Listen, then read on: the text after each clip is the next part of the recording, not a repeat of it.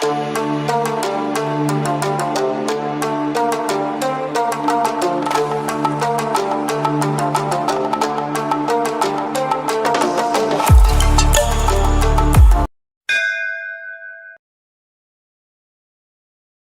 Guys, আসসালামু আলাইকুম। কি অবস্থা, কেমন আছেন সবাই? আশা করি অনেক ভালো আছেন। তো আমিও আপনাদের দয়া আল্লাহর রহমতে অনেক ভালো আছি। তো গাইস, আজকের ব্লগটি হচ্ছে আমি ঢাকা থেকে ভোলা কিভাবে গেলাম। আমার গ্রামের বাড়ি হচ্ছে ভোলা। তো আজকে ঢাকা থেকে কিভাবে ভোলা গেলাম ওইসব সবকিছুই এই ভিডিওতে তুলে ধরা হচ্ছে। তো সবাই ব্লগটি উপভোগ করতে থাকুন, আশা করি সবার কাছে অনেক ভালো লাগবে।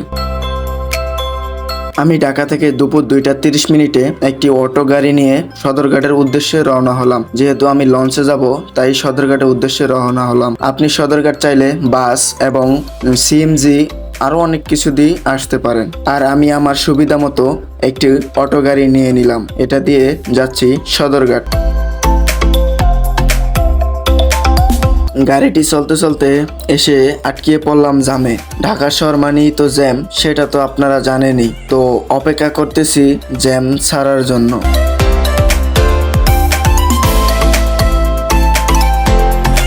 তো ফাইনালি অবশেষে জ্যামটা ছাড়া হলো। তো এখন যাইতেছি সদরঘাট। তো চলো যাওয়া যাক।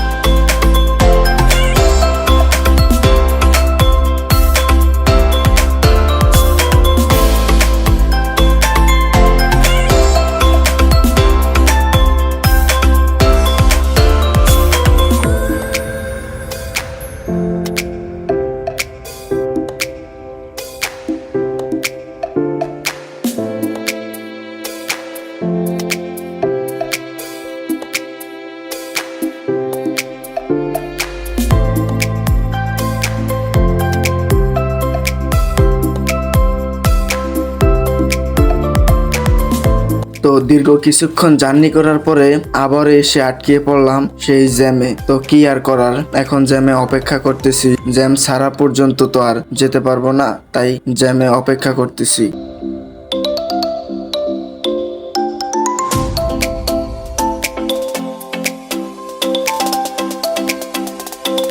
দীর্ঘ 1.5 ঘন্টা জার্নি করার পরে তো অবশেষে চলে আসলাম সদরঘাটে। তো এখন রিক্সা থেকে নামবো, নামার পরে যাব লঞ্চ টার্মিনালের কাছে। তো চলো যাওয়া যাক। লঞ্চের কাছে যেতে অবশ্যই 10 টাকা করে টিকিট কাটা লাগবে। তো আমি টিকিট কেটে চলে যাব লঞ্চ টার্মিনালের কাছে। তো চলো যাওয়া যাক। তো ফাইনালি চলে আসলাম টিকিট কাউন্টারের কাছে। তো এখন টিকিট কেটে তারপরে যাব লঞ্চের কাছে। তো অবশেষে আমার পালা আসলো। তো আমি 50 টাকা দিছি, আর আমাকে একটা টিকিট দিল, আর সাথে 40 টাকা রিটার্ন দিয়ে দিল। তো আমি এখানে ওনাকে টিকিটটা জমা দিয়ে এখন চলে যাব লঞ্চের কাছে। তো চলো যাওয়া যাক।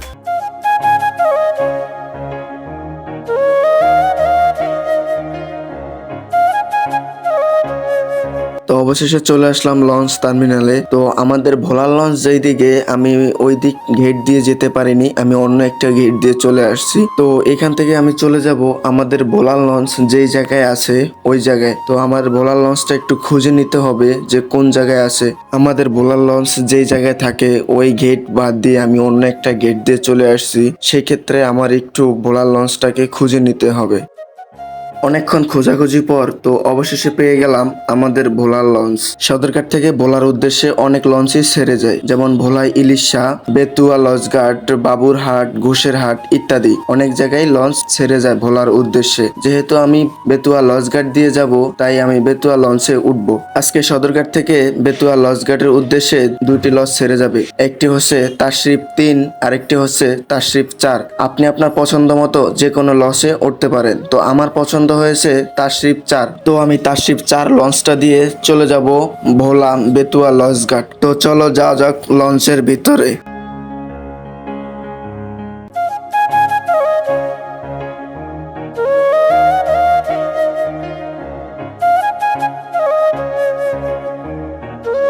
তো ফাইনালি চলে আসলাম লঞ্চের ভিতরে। তো এটা হচ্ছে লঞ্চের নিচতলা। তো আমিও যেহেতু ড্যাগে করে যাব, তো আমি দোতলায় সিট করব। তো এখন আমি চলে যাব দোতলায়। তো চলো যাওয়া যাক।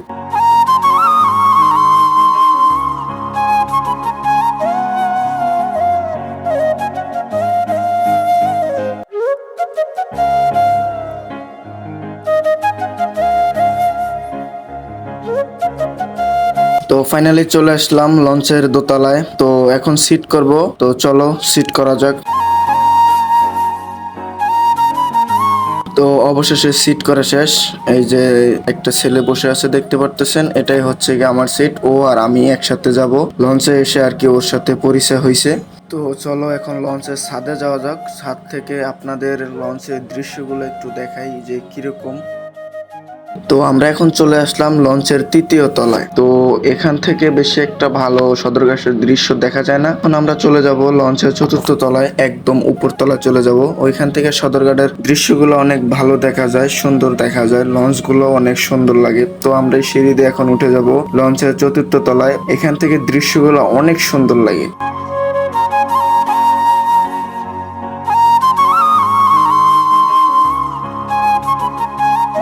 তো গাইস ফাইনালি চলে আসলাম লঞ্চের একদম উপর তলায়। তো এখন একটু সামনের দিকে যাই, লঞ্চের সামনে গিয়ে তারপর সদরঘাটের দৃশ্যগুলো আপনাদেরকে একটু দেখাই। অসাধারণ দৃশ্যগুলা লঞ্চের উপর থেকে সদরঘাটের দৃশ্যগুলা আসলেই অসাধারণ। লঞ্চগুলা যারা সদরঘাট আসছেন, লঞ্চে চড়ছেন, তারাই বলতে পারবেন যে লঞ্চের উপর থেকে দৃশ্যগুলা কতটা সুন্দর যে লাগে। সদরঘাটের দেখতেই পাইতেছেন যে কত সুন্দর লাগে। তো এক কথা বলতে গেলে বন্ধুরা, অনেক সুন্দর সদরঘাটের দৃশ্যগুলা লঞ্চের উপর থেকে। যে সারি সারি বদ্ধ করা লঞ্চ, মানুষজনের হইচই, দোকানপাট, অসাধারণ। এক কথা বলতে গেলে অসাধারণ একটু সুন্দর দৃশ্য।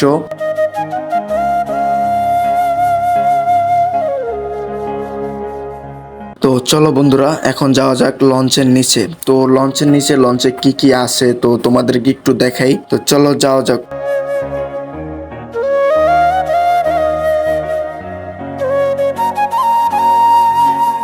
তো বন্ধুরা চলে আসলাম লঞ্চের সামনের অংশে। তো এটা হচ্ছে নামাজের জায়গা, এখানে হচ্ছে সবাই নামাজ পড়ে। তো এটা নামাজের জায়গা। তো এই দিকে হচ্ছে কি এগুলো হচ্ছে সব কেবিন, ভিআইপি কেবিন এগুলো সব। তো বন্ধুরা এখন আমরা কেবিনের দ্বিতীয় তলা চলে যাব। আসলে লঞ্চের ভিতরের কেবিন গুলোর ভিতরে না অসাধারণ অনেক সুন্দর। লঞ্চের ভিতরে অনেক সুন্দর, এক কথা বলতে গেলে কিছু বলার নেই। যারা আসছে তারাই বলতে পারবে যে লঞ্চের ভিতরে কিরকম। অনেক সুন্দর লঞ্চের ভিতরে জায়গাগুলো, আসলেই এক কথা বলতে গেলে কিচ্ছু বলার নেই, অনেক সুন্দর। যদি আসেন তো বুঝতে পারবেন ঘুরলে। তো অনেক সুন্দর জায়গা লঞ্চের ভিতরে। তো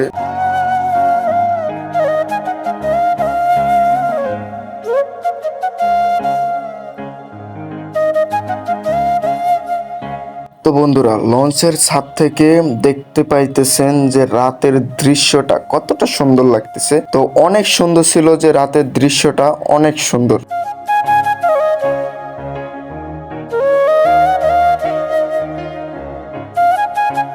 তো ফাইনালি আমাদের লঞ্চ ছেড়ে দিছে। এখন বাজছে রাত 7:30। তো এখন লঞ্চ ছেড়ে দিছে ভোলার উদ্দেশ্যে। তো চলো যাওয়া যাক।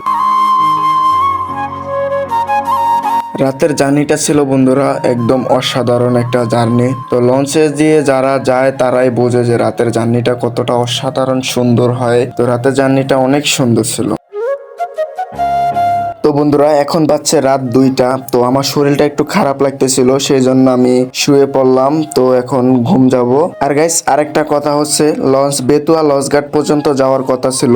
তো নদীর আবহাওয়াটা একটু খারাপ হয়ে গেছে, তো সেই জন্য আর লঞ্চ বেতুয়া লঞ্চঘাট যাবে না। আমাদেরকে এখন নামিয়ে দেবে হাকিমুদ্দি লঞ্চঘাটে। তো সেখান থেকে আবার আমাদের গাড়ি নিয়ে যেতে হবে চরপেশন। তো সকালবেলা ঘুম থেকে উঠেই 500 টাকা দিয়ে একটি লঞ্চের টিকিট কেটে নিলাম। তো এখন বাজছে ভোর 4টা। এখন আমাদেরকে নামিয়ে দিল হাকিমুদ্দি লঞ্চঘাট। তো এখান থেকে গাড়ি নিয়ে চলে যাব আবার চরপেশন। তো এখান থেকে একটা সিএমজি নিলাম, জনপ্রতি 150 টাকা ভাড়া চরপেশন। তো সিএমজি নিয়ে এখন চরপেশনের উদ্দেশ্যে রওনা দিলাম।